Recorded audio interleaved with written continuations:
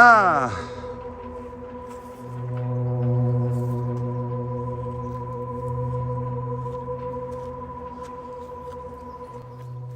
Bonjour à tous. Un soulagement. J'ai cru que je ne trouverais pas cette piscine. Il faut la voir. Hein. Je l'ai vue grâce aux immeubles militaires de l'Union République Socialiste Soviétique qui sont en face. Autrement, on ne la verrait pas, cette piscine, dans cette caserne, qui est immense. Alors, où suis-je? Je suis donc en Allemagne. Je suis donc pas très loin de Berlin, aux portes de Berlin. Une des plus grandes casernes probablement allemandes abandonnées, mais qui n'est pas connue. Elle n'est pas connue parce qu'elle ne présente pas l'intérêt de Judesborg ou d'autres villes comme cela. Mais bon, elle est immense. Immense, nous sommes sur une double architecture, une architecture construite pendant les années 20-30 par Göring pour ses fameuses écoles qui est transformée en, en caserne militaire lorsqu'ils se sont assis allègrement sur le traité de Versailles.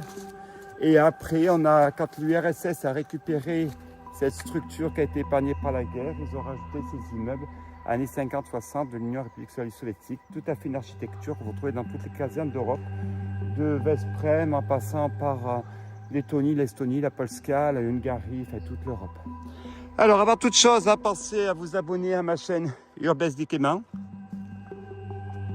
sur YouTube, Instagram, abandonnette.urbex.org, la petite cloche.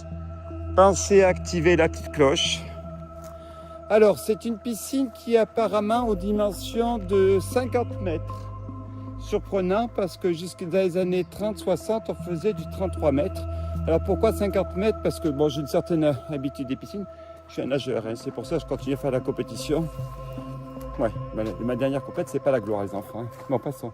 Et on retrouve vraiment donc cette architecture de 50 mètres. Il y a même encore les lignes de fond. On retrouve 1, 2, 3, 4, 5, 6, 7, 8 lignes d'eau. Ah! Eh bien, ça a été construit j'imagine, par les communistes après la guerre, où on faisait des piscines de 50 mètres sur 8 lignes d'eau. Alors maintenant, c'est 8 lignes d'eau pour le dégagement. Voilà, alors donc je vous propose de visiter cette caserne ensemble. Les appartements, vous les aurez. Tenez, il y a une sortie de secours ici, je ne l'ai pas vue. Il y en a une autre ici. Donc voilà, les pédiluves pour entrer dans la piscine. Alors nous, on va y aller, dans cette piscine. Nous sommes dans le cœur de la piscine ici, à Berlin. Alors c'est pas la piscine olympique. La piscine olympique, elle se trouve à l'ouest, elle n'est pas abandonnée. Hein. Il faut arrêter de croire les petits malins qui vous font croire que cette piscine... Ah ben tenez, il y a des grenouilles.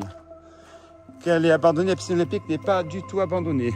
Je crois même qu'on peut la visiter comme une partie du site qui a été restaurée. C'est comme la maison qui s'appelle Daimler. Elle est quand même entretenue. D'ailleurs, elle est à vendre à l'euro symbolique, si je peux dire, si ça vous intéresse.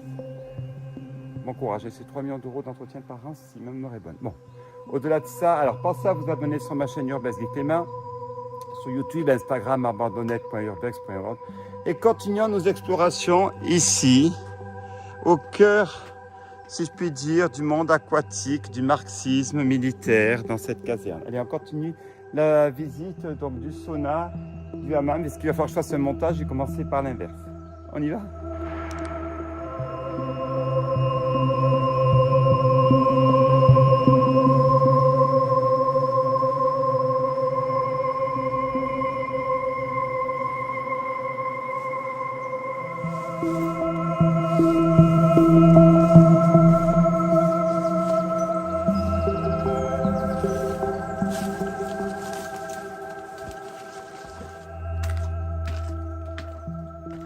Bonjour à tous. Alors, devinez où je vous amène. Ah, on va faire un jacuzzi.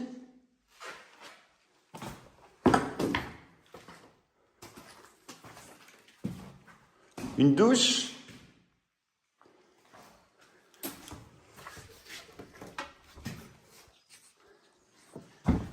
Un hammam.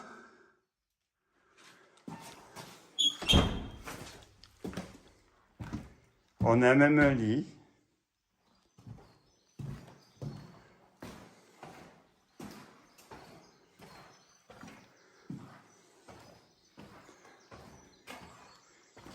Il nous reste donc la partie de l'accueil, la grande porte. Moi, je suis passé par la petite porte. Ici, l'endroit pour se relaxer. Où suis-je? Ah! À votre avis, où suis-je tombé?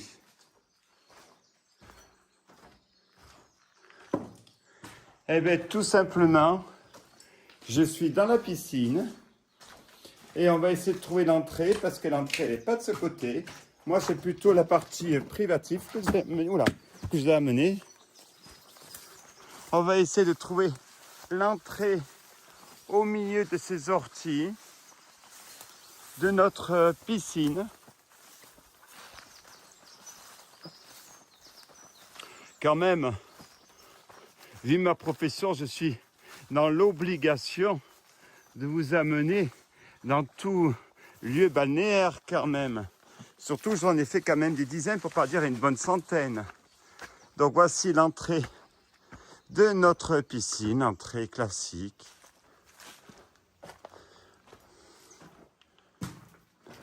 Oh! Oui, ça doit être le lieu d'attente.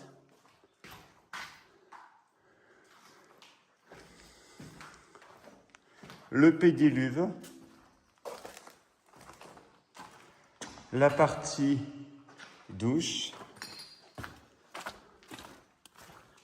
Ah, peut-être la partie où on posait ses vêtements.